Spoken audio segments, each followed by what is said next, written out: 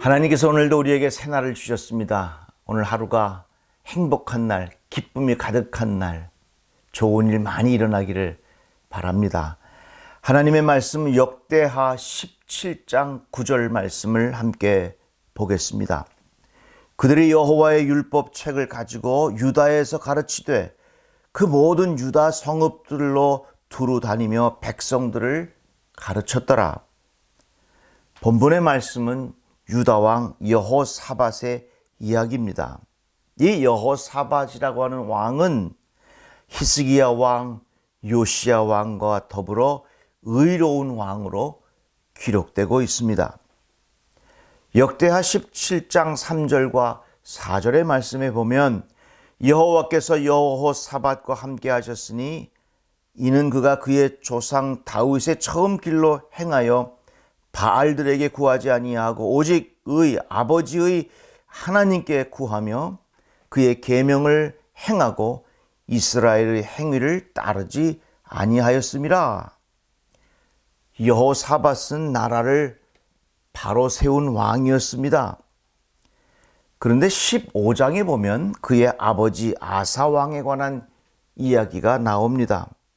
이 아사 왕은 우상을 제거하고 하나님께 예배하는 제단을 재건하였습니다. 그러나 이 아사 왕의 마지막이 좋지 않았습니다.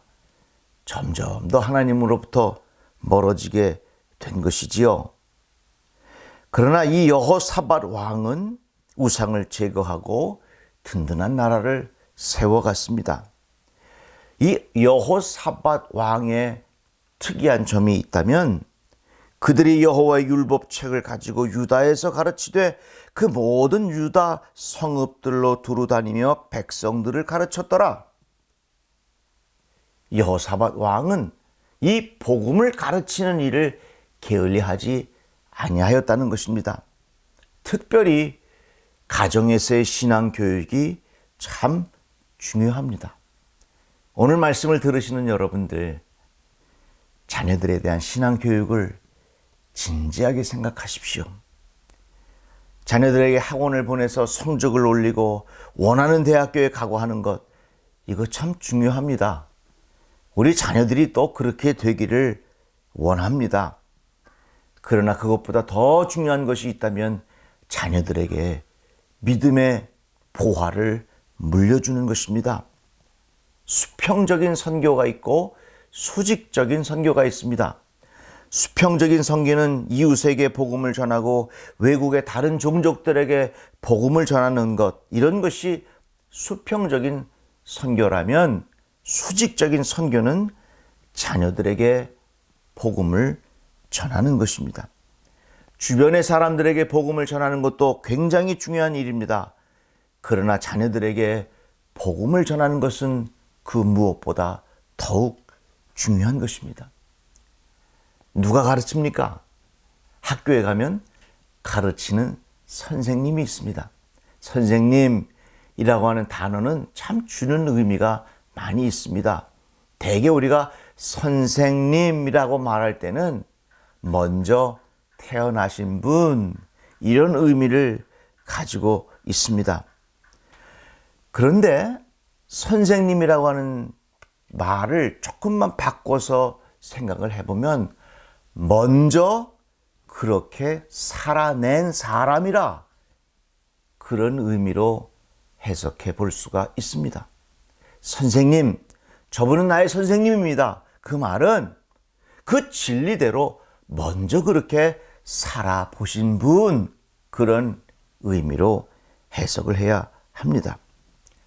여러분, 특별히 가정에서의 부모님들, 선생님이 되십시오.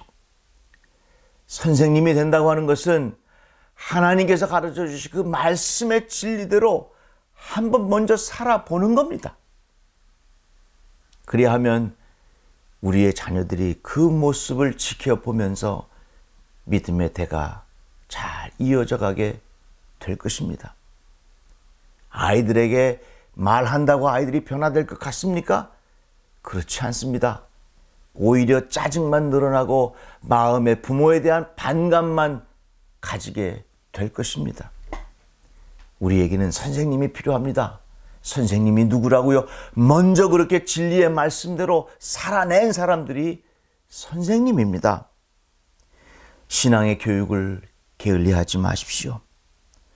엄마 아빠가 먼저 말씀 보고 먼저 기도하고 교회를 사랑하는 마음을 표현하십시오. 그리하면 사랑하는 자녀들이 그것을 보고 배울 것입니다. 그것을 보고 자녀들이 따라 할 것입니다. 우리에게 지금 제대로 신앙 교육이 잘 되지 아니하는 이유는 선생님이 없기 때문에 그렇습니다. 오늘 이 말씀을 듣는 우리 사랑하는 성도 여러분, 가정에서 선생님이 되어 보시기를 바랍니다. 그래서 믿음의 대가 잘 이어져가는 축복의 가정이 되기를 주의 이름으로 축원합니다. 감사합니다.